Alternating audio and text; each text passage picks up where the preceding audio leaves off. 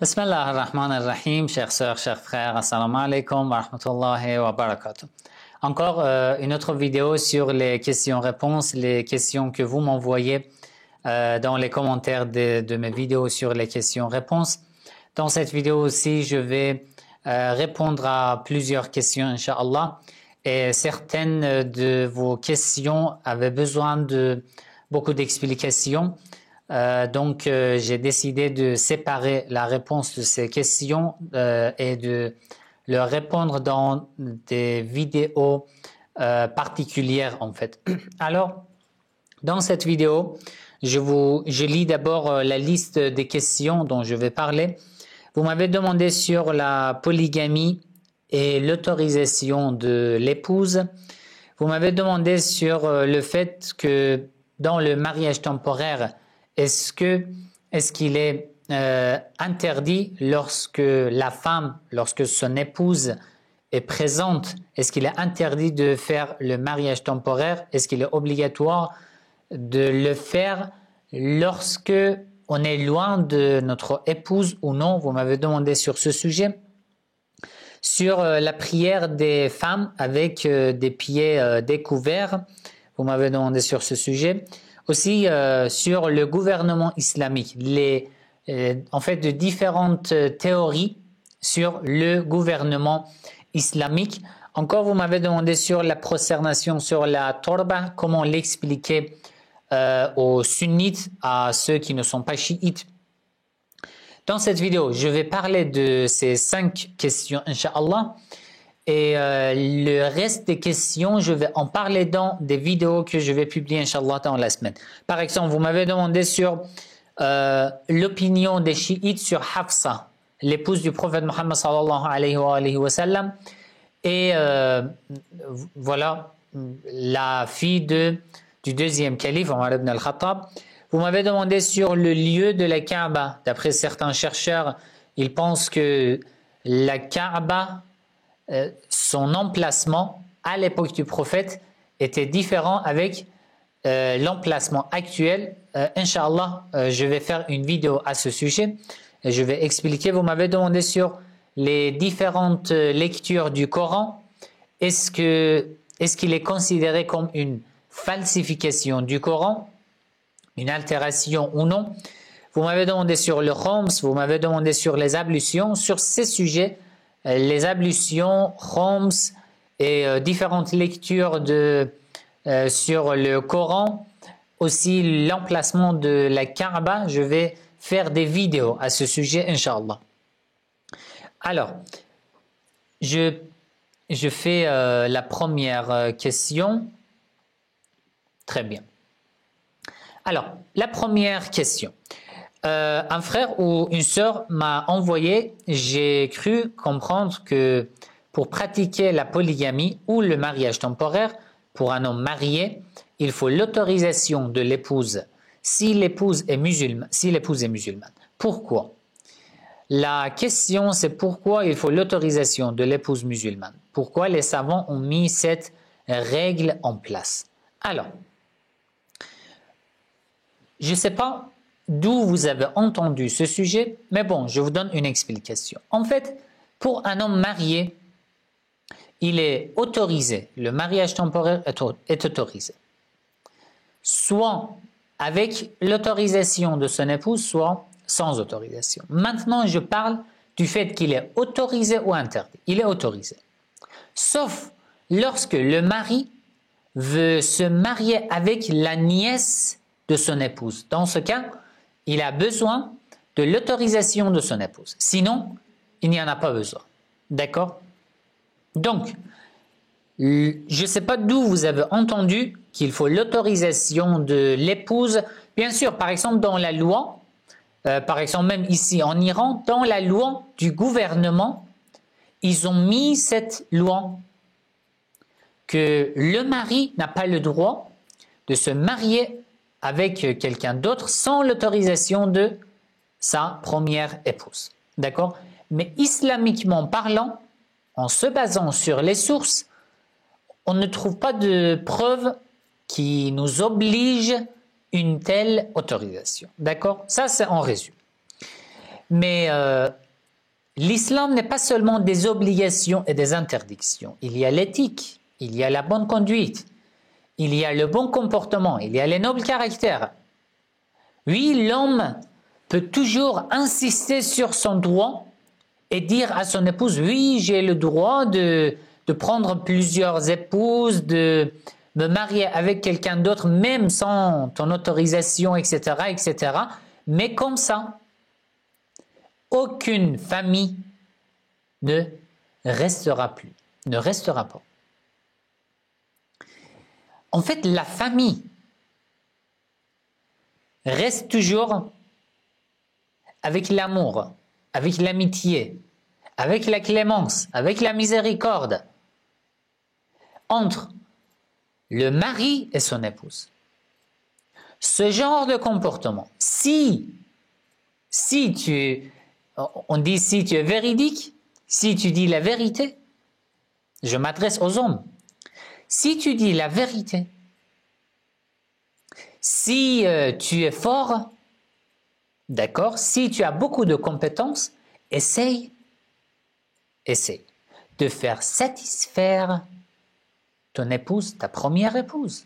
Essaye de construire une famille, d'accord? Une famille pleine de l'amour. Essaye de rester heureux même chez toi. De construire une famille que même si tu sors 1 minute, 2 minutes, 1 heure, 2 heures de chez toi ou lorsque tu vas au travail, d'accord, tu penses toujours à revenir chez toi, auprès de ton épouse, auprès de ta famille. Une telle famille est acceptée par l'islam. Alors si tu veux insister sur ton droit, que oui, j'ai le droit, l'islam m'a autorisé, je peux me marier avec quelqu'un d'autre encore, une deuxième fois, une troisième fois, tu ne dois pas oublier tes responsabilités à l'égard de ta première épouse. Est-ce que tu as déjà respecté tous les devoirs que tu as à l'égard de ta première épouse ou non? Et maintenant, tu veux aller chercher une deuxième. Lorsque un précepte de l'islam est en ta faveur, tu dis, bon, très bien, c'est une très bonne religion qui m'autorise de me marier pour une deuxième fois. Tu acceptes et tu pratiques un tel précepte qui est en ta faveur. Mais là, l'islam t'a ordonné d'être miséricordieux à l'égard de ton épouse, de ta famille, de construire une famille pleine de l'amour. Est-ce que tu as accepté ce genre de précepte déjà? Tu as pratiqué ces préceptes? Et maintenant, tu cherches une deuxième épouse? Parfois, nous prenons les préceptes qui sont en notre faveur et nous abandonnons le reste. Allah dit dans le Coran, il blâme les Juifs, les gens du livre. Il dit, ils prennent une partie de leur livre et ils abandonnent le reste. Ils prennent tout ce qui est en leur faveur et ils abandonnent le reste. Allah les reproche, il les blâme. Le même reproche nous est adressé. Oui, tu dis, bon, je suis un musulman, j'ai le droit, islamiquement, j'ai le droit de me marier pour une deuxième fois. Alors, islamiquement, tu as déjà respecté tes responsabilités à l'égard de ta famille, à l'égard de ta première épouse ou non? Tu as été un bon mari pour ta première épouse? Tu as été juste avec elle? Tu as été gentil avec elle? Tu lui as rendu heureuse dans sa vie? Elle est satisfaite de toi? Tout cela sont des obligations de l'islam. Tu abandonnes. Bon alors, je ne m'adresse pas à tous les hommes. Certains hommes, ils abandonnent toutes ces obligations religieuses à l'égard de leur première épouse. Après, ils cherchent une deuxième épouse juste en disant que oui, l'islam nous a autorisé. L'islam déjà t'a ordonné de respecter beaucoup de responsabilités à l'égard de ta première épouse. D'accord? Lorsque tu parles de l'autorisation de polygamie, n'oublie pas tes responsabilités à l'égard de ta première femme, de ta première épouse. Allah dit dans le Coran, tu peux te marier avec une deuxième, avec une troisième, avec une quatrième épouse, mais il y a une condition. Si tu peux être juste, si tu peux être juste, avant de penser à prendre une autre épouse, réfléchis bien. Est-ce que tu as été juste avec ta première épouse? Elle est satisfaite de toi? Elle se sent heureuse à tes côtés? Ou non? D'accord? Voilà. Donc, je vous ai donné la réponse. Après, n'oubliez pas cette explication que j'ai rajoutée. Ça, c'est très important. Bon, alors, deuxième question aussi est dans le même domaine en fait. Vous m'avez demandé, j'aimerais juste avoir la confirmation que le mariage temporaire est aussi licite pour l'homme marié et non uniquement pour l'homme célibataire. Oui, pour l'homme marié aussi c'est licite, car je suis tombé sur un site où il y a tout un tas de hadiths qu'ils attribuent à l'imam al-Hadi alayhi salam, dans lequel tantôt il est dit que le mariage temporaire serait illicite pour un homme marié. Tantôt c'est juste déconseillé. Et tantôt ce mariage a été autorisé pour les gens qui n'ont pas d'épouse ou dont l'épouse est absente. Ce qui est contradictoire, car selon eux, si l'épouse est là pour le mari, le mariage temporaire est illicite. Mais si elle n'est pas là, ça devient licite, et si elle revient, ça revient à nouveau illicite. À croire qu'ils sont en train de s'en moquer de leurs lecteurs. Et une autre incohérence dans le fait de dire que le mariage temporaire serait illicite pour l'homme marié. Si en islam, pour l'homme marié, la polygamie lui est licite, pourquoi le mariage temporaire lui serait illicite? Ça n'a aucun sens. Alors, comme je vous ai dit, le mariage temporaire est licite pour l'homme marié et pour l'homme célibataire. Il n'y a pas de différence. La seule différence, l'homme marié, ce que je vous ai expliqué dans la première réponse. L'homme marié a une grande différence avec l'homme célibataire. Comme je vous ai dit, pour les deux, il est autorisé. Mais il y a une différence importante. L'homme marié a énormément de responsabilités à l'égard de sa première épouse. Et ces responsabilités sont sérieuses, sont des obligations religieuses. Le fait d'être juste, d'être gentil, d'avoir beaucoup d'amour, avoir une bonne conduite, un bon comportement à l'égard de ta première épouse, etc., etc. Toutes ces responsabilités sont des obligations religieuses. Un homme marié doit pratiquer d'abord ses responsabilités, respecter ses responsabilités, après penser à prendre une autre épouse. D'accord? La différence entre l'homme marié et l'homme célibataire, c'est ça. Sinon, pour les deux, c'est autorisé. Dans les hadiths aussi, il y a de différents hadiths. Certains hadiths interdisent même pour l'homme marié. Certains hadiths interdisent même le mariage temporaire totalement. Mais ces hadiths ont besoin de beaucoup d'explications. Inch'Allah, bientôt je vais faire une vidéo bien détaillée sur le mariage temporaire. Je vais partager avec vous mon écran. Je vais vous expliquer tous les hadiths qui autorisent le mariage temporaire, les hadiths qui interdisent, et aussi la différence entre l'homme marié, l'homme célibataire et lorsque l'épouse est présente ou absente, etc., etc. Mais maintenant, je vous ai donné une réponse en résumé.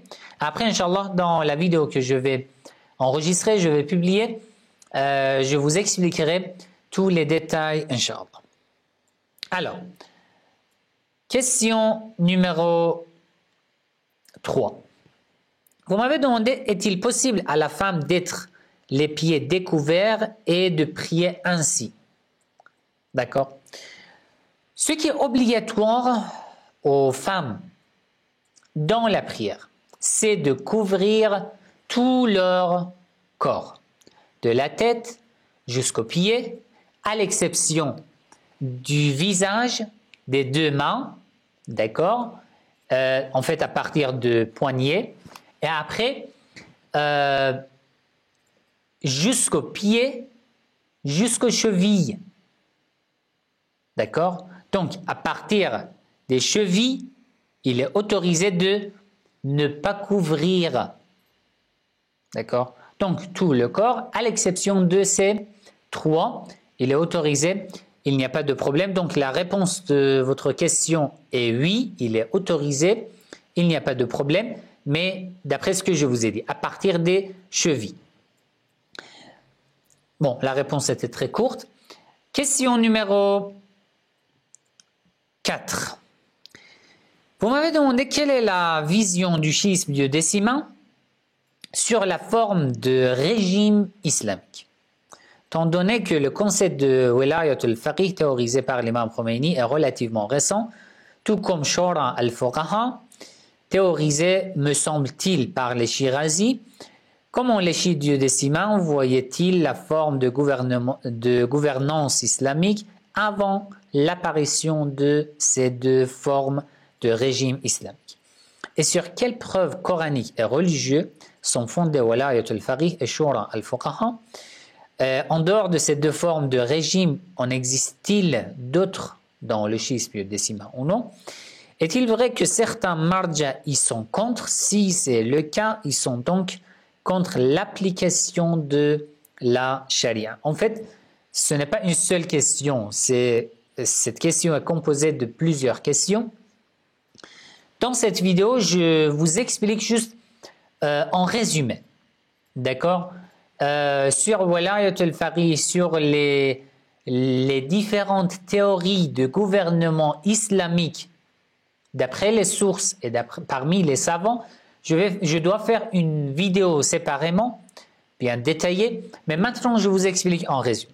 En fait, la théorie de Wilayat al-Faqih n'est pas si nouveau que vous croyez, car Wilayat al-Faqih existe, ça fait des siècles, parmi même les anciens savants, mais la différence entre la théorie exposée par Sayyid al-Khomeini et les anciens savants, c'est quoi? C'est que, d'après l'imam Khomeini, cette théorie est très vaste que ce que les anciens savants croyaient. Les anciens savants aussi croyaient que al-Faqih, un savant, un juriste, un expert dans la religion, a beaucoup de responsabilités dans la société, dans la communauté musulmane, pour l'application de la charia, des préceptes de l'islam, comme les punitions, comme par exemple recevoir de la zakat, etc., etc. Mais d'après Sayyid al-Khomeini, cette théorie est plus vaste. Il croit que un faqih, un juriste, doit gouverner lui-même sur la communauté musulmane. C'est lui qui doit être le gouverneur. Car si un expert dans la religion n'est pas le gouverneur, même si le gouvernement est sous son observation, mais quand même, ils n'arrivent pas à appliquer la religion correctement dans la société. Donc, le marja, le faqih, le juriste, l'érudit doit être lui-même le gouverneur dans la société, dans la communauté musulmane. Ça en résumé. Quelle est son preuve? Comme je vous ai dit dans une vidéo, Inch'Allah, je vais vous expliquer ces preuves. Il y a des hadiths des imams alayhimus salam dans lesquels ils considèrent les savants, les experts dans la religion comme les successeurs des imams alayhimus salam. Et les imams alayhimus salam nous ordonnent qu'en leur absence de nous référer aux savants, de prendre notre religion des savants. Ils profitent de ce genre de hadith, ainsi que d'autres hadiths, Inch'Allah, dans une vidéo je vais expliquer. Ils profitent de ces hadiths pour dire que, regardez, en absence des imams, alayhimus salam, les imams nous ont ordonné de nous référer aux savants. Ça veut dire quoi? Nous devons nous référer, chercher les savants. Ça veut dire que pour notre religion, nous avons besoin des savants, des fuqaha. Alors, la religion ne contient pas seulement des préceptes individuels, il y a des préceptes sociaux. Et si on veut pratiquer ces préceptes qui concernent la société, nous devons avoir la force sur la communauté, dans la société. Et quand on peut avoir la force? Lorsque nous fondons nous-mêmes un gouvernement. C'est ça la théorie de Walayat al-Faqih. Il y a encore beaucoup d'explications, je vous explique en résumé, juste en résumé. D'autres savants, moi je ne pense pas que c'est exposé, c'est présenté par les Shirazi comme Sayyid Sadr Shirazi ou les autres, mais bon, j'ai vu parmi certains savants qu'ils ont donné cette théorie de Shura al-Fuqaha. C'est une deuxième théorie. Shura al-Fuqaha, ça veut dire quoi? Ils croient qu'un seul savant, un seul faqih, ne peut pas gouverner sur la communauté musulmane. C'est hors de la force d'un seul savant. D'accord? Il faut un groupe de savants,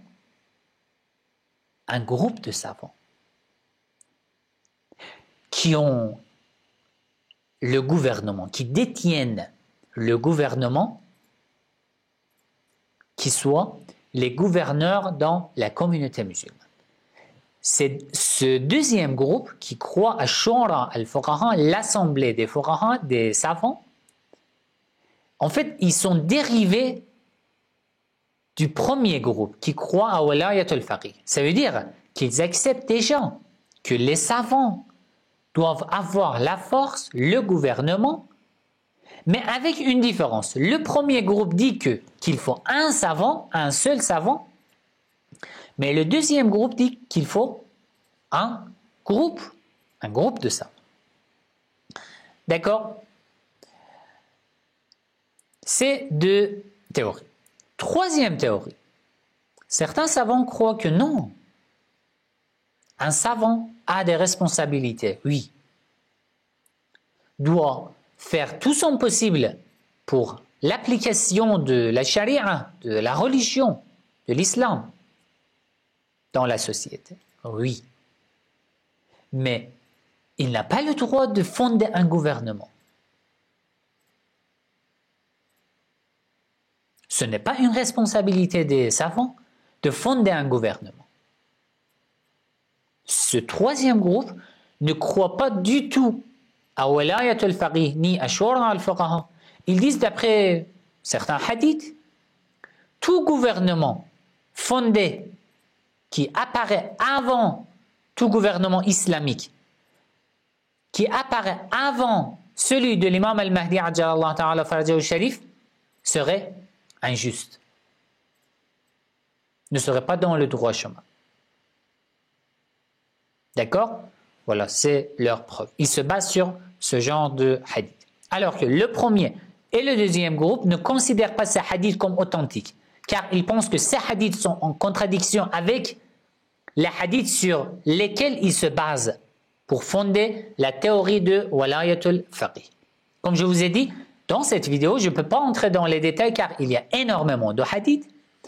Ça nécessite en fait une série de vidéos dans lesquelles j'analyse hadith par hadith, les chaînes de transmission, le contenu, toute phrase par phrase, en fait, on doit analyser pour arriver à un résultat. Je vous donne juste leurs preuves, les preuves de ces groupes, d'accord?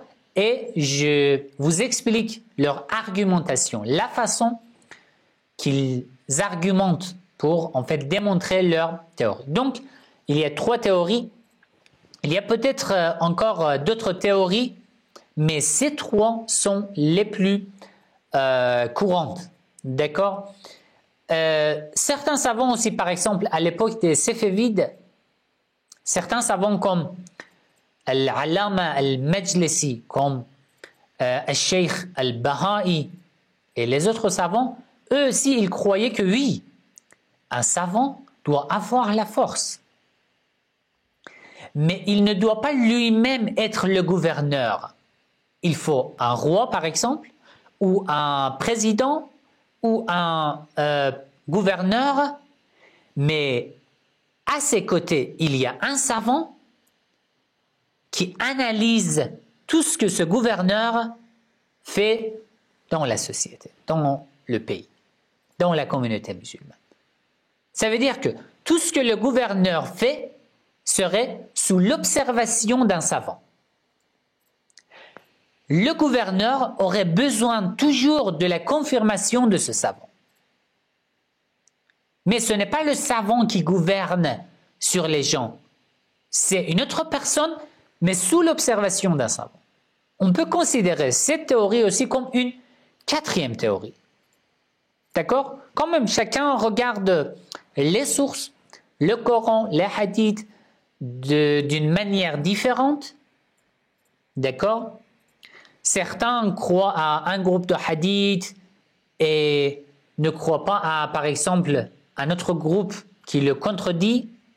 Vous voyez, et certains sont à l'inverse. C'est normal en fait, c'est tout à fait normal. Nous sommes des êtres humains. Même 2 frères dans une famille ne pensent pas pareil. Il y a toujours de différences entre 2 personnes. Alors imaginez, il y a énormément de savants, énormément des êtres humains qui étudient la religion, donc c'est normal.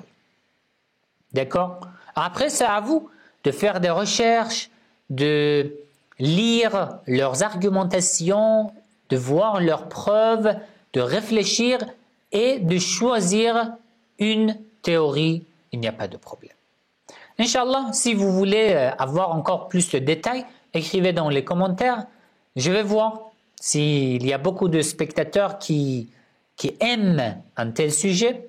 Vous pouvez écrire dans les commentaires pour que je fasse, Inch'Allah, une série de vidéos, car ça nécessite en fait beaucoup d'explications et beaucoup de temps, Inch'Allah. Voilà, c'était la 4e question.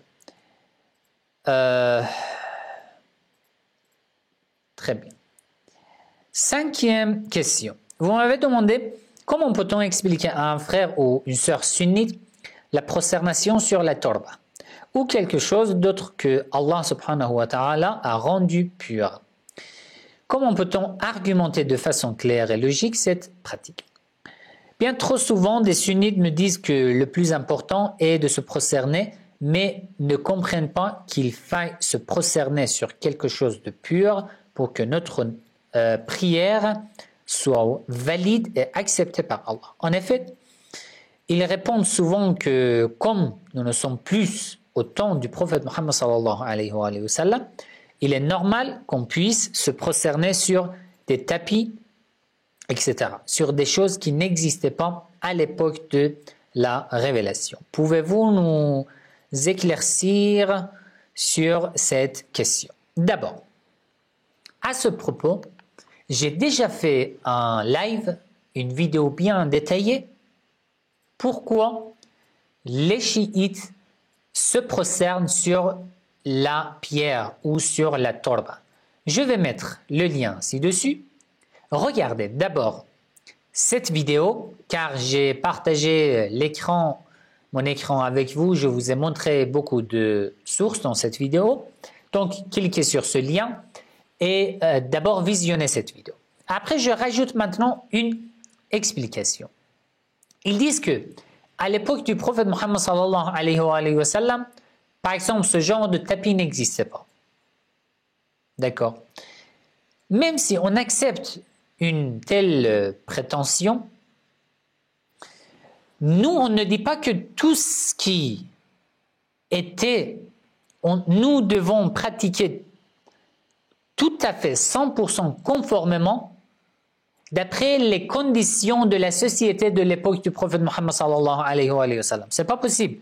Sinon, par exemple, je devrais dire qu'il est interdit de conduire. Pourquoi? Parce que la voiture n'existait pas à l'époque du prophète. Bien sûr que nous ne croyons pas à ça, car la société, les conditions de chaque société, de chaque époque changent. Ça, c'est accepté. Mais il faut voir, est-ce que l'islam nous a limités, nous a mis des limites ou non? S'il n'y avait pas de limites, oui, on accepterait cette parole. Mais il y avait des limites. Pour quelles limites? Dans cette vidéo, dont j'ai mis le lien, je vous ai expliqué que, d'après l'islam, ce qui peut purifier, par exemple, dans le chapitre de la pureté, at-tahara, on dit l'eau et la terre peuvent être des purificateurs. Ou dans la prosternation, dans le chapitre de la prière, de la prosternation, l'islam, les sources islamiques nous expliquent de manière bien claire que la prosternation, il est obligatoire de se prosterner sur des choses qu'Allah a autorisées. Quelles sont ces choses-là? L'islam nous a donné une règle. D'accord? J'ai expliqué dans cette vidéo. L'islam nous a donné une règle. Lorsque l'islam nous donne une règle, nous devons la suivre.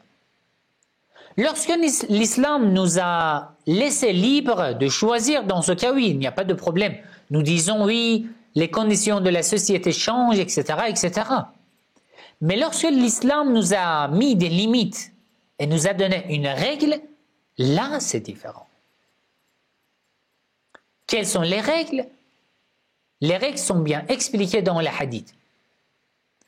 Que la prosternation est autorisée et licite sur la terre, sur la poussière et tout ce qui provient de la terre, sauf ce que nous mangeons, comme par exemple un fruit. D'accord? Ou nous consommons, etc. Sinon, la terre et tout ce qui provient de la terre. J'ai tout expliqué dans cette vidéo. Alors, dans ce sujet, on ne peut pas dire que oui, les conditions de la société, de l'époque, de chaque époque changent. Non, parce que l'islam nous a donné une règle. L'islam a mis des limites dans ce sujet. Et dans les actes d'adoration, il faut suivre pas à pas les règles de l'islam.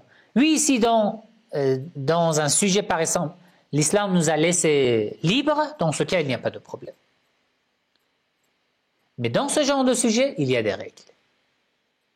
Il faut suivre ces règles. Alors, je vous propose de regarder cette vidéo dont j'ai mis le lien ci-dessus.